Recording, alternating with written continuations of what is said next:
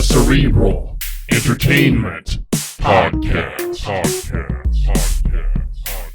Of course, we also, one of the big stories of 2021 is the vaccine mandate, ups and downs. The vaccine in general, right? I think the vaccine in general came in 2021. Yeah, basically it did.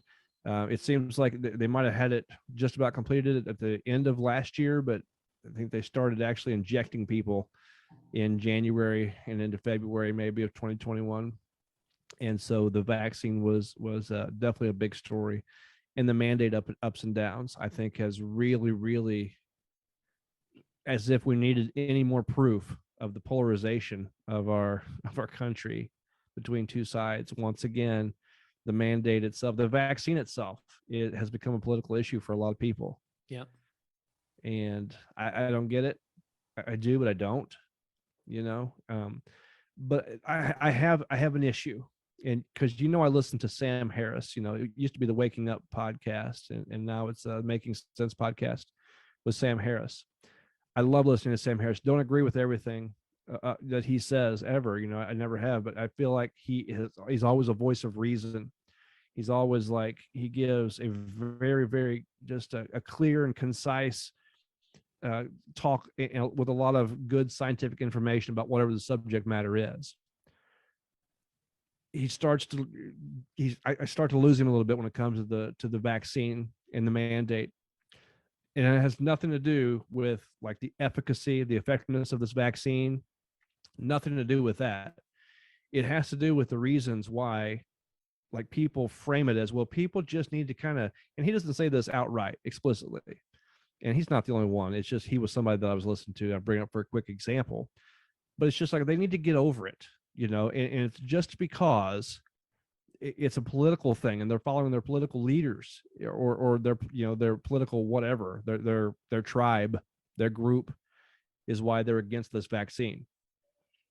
But what gets me is that it's been politicized from the beginning, and not by everyday people, but by politicians, right, and by the media. It's not the common man's fault, the common person's fault. Yeah, that this thing is politicized, and so they want to throw it off these silly people, they just they're so simple, they don't understand science. You could read the studies right here. Well, I also find you studies where it shows the opposite. You can always find studies that support your preconceived notion. But this struck me the other day. Trump was the first one to start talking about a vaccine, and it came out just not too long ago, where Biden and Kamala Harris were saying, I think we ought to hold off. This vaccine, it got pushed through too quickly. I don't quite trust it yet. That was before Biden got elected, or at least I think it was before he got elected. Afterwards, oh no, trust the science. Trust the science. Like this vaccine, it's A-okay. I guess they seen the dollar signs at some point in between those, saying those two different things, huh?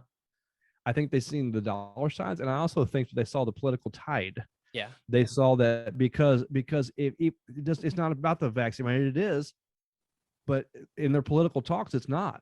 Because if Trump would have won again, you think that Biden would have said, okay, yeah, it's this vaccine's A-okay, let's push it through. Let's support Trump on these mandates. No, every one of these people who support it, because it was Trump, they would have not supported it. Just like the people on the other side don't support it because it's Biden.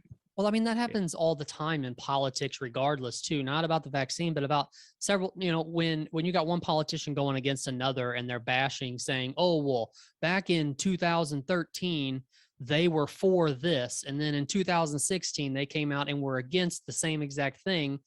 And it's like, they never have to explain themselves, right, on why they flopped from one to the other, but it's money. I mean, it's money and politics. That's literally what it is. It's not just because, oh, well, I made a reasonable decision and I researched and I did this, that, and the other to make a reasonable decision to change my mind. And now this is why I go for this instead of the other, right? They never have to explain themselves. They should. Yeah. I mean, I know that's your point. Yeah. They never have to, because nobody holds them to task. And the reason for that is is because the polarization, because whichever side you're on, since you're anti-Trump, pro-Biden, or whatever, then the people that are pro-Biden don't make him have to explain his flip-flopping, and the people that are pro-Trump don't make him have to explain his whole Trumpism, whatever it is in that particular case. So it's a team sport. But anybody that tells me that it's not politicized at that level, you're not just, I mean, you're fooling yourself. But and it doesn't, I mean, I don't care, right? It's, to me, this is not about the vaccine itself.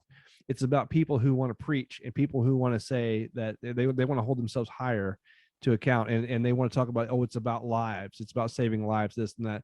You tell me right now, if Trump was president and he was the one pushing this vaccine mandate, what do you think would happen on the other side? I mean, honestly, and what would happen on the Trump side? It would be a complete and total flip flop. It would be a complete reverse of what we're seeing now. Yeah. And that's it. And so it amazes me when people can't see through that. And I expected more out of my good friend. He has no idea who I am, but my good friend Sam Harris. I listen to this podcast religiously. I I'm love sure he Sam. listens to this too. Don't sell yourself short. He better. You know what? And I'm letting go of too much here, but I'm thinking about starting my own, like, little snippet of a podcast, my own show. Uh-huh. All I do is argue with some of the points that I disagree with Sam Harris on, and I'm going to call it, just arguing with Sam or something like that.